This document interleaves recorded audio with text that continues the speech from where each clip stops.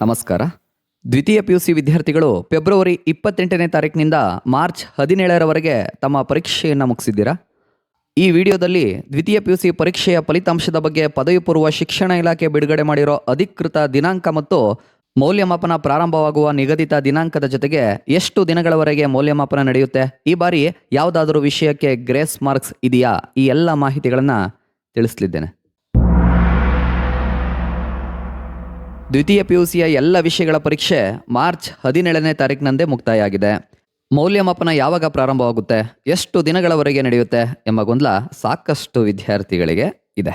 ಇಲ್ಲಿ ನೋಡಿ, ಇದು ಶಿಕ್ಷಣ ಇಲಾಖೆಯು ಮೌಲ್ಯಮಾಪಕರಿಗೆ ಕಳುಹಿಸಿರುವ ಮೌಲ್ಯಮಾಪನ ನೇಮಕಾತಿಯ ಆದೇಶದ ಪತ್ರ. ಇದರ ಪ್ರಕಾರ ಇದೇ 22ನೇ ತಾರೀಕಿನಿಂದ ಕನ್ನಡ, ಇಂಗ್ಲಿಷ್, ಹಿಂದಿ, ರಸಾಯನಶಾಸ್ತ್ರ, ಭೌತಶಾಸ್ತ್ರ ವಿಷಯಗಳ ಮೌಲ್ಯಮಾಪನ ಪ್ರಾರಂಭ ಆಗುತ್ತೆ. ಇನ್ನು ಗಣಿತಶಾಸ್ತ್ರ, ಕಂಪ್ಯೂಟರ್ ಸೈನ್ಸ್, ಜೀವಶಾಸ್ತ್ರ ವಿಷಯಗಳ ಮೌಲ್ಯಮಾಪನ 24ನೇ ತಾರೀಕಿನಿಂದ ಪ್ರಾರಂಭ ಆಗುತ್ತೆ.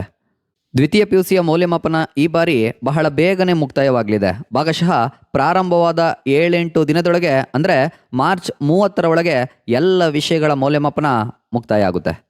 ನೀವೇನಾದರೂ ದೇವರಲ್ಲಿ ಬೇಡ್ಕೊಳ್ಳೋದಿದ್ರೆ ಮಾರ್ಚ್ 30ರ ಒಳಗಡೆ ಬೇಡ್ಕೊಬಿಡಿ, ಯಾಕಂದರೆ ಅಷ್ಟರಲ್ಲಿ ನಿಮ್ಮ ಮೌಲ್ಯಮಾಪನ ಆಗೋಗಿರುತ್ತೆ.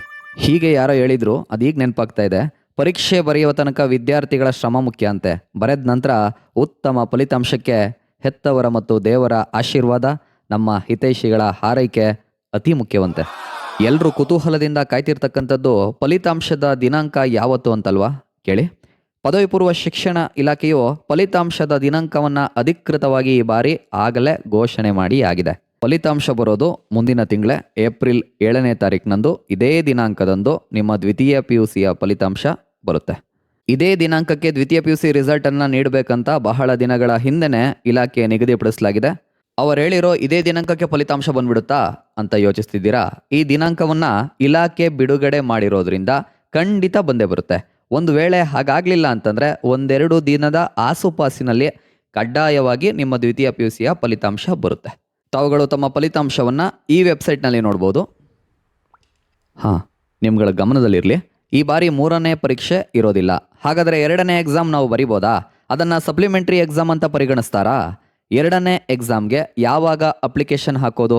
ಈ ಬಾರಿ ಯಾವುದಾದರೂ ಸಬ್ಜೆಕ್ಟ್ಗೆ ಗ್ರೇಸ್ ಮಾರ್ಕ್ಸ್ ಉಂಟಾ? ಈ ಎಲ್ಲ ವಿಷಯಗಳನ್ನು ಮುಂದಿನ ವಿಡಿಯೋದಲ್ಲಿ ತಿಳಿಸ್ತೀನಿ.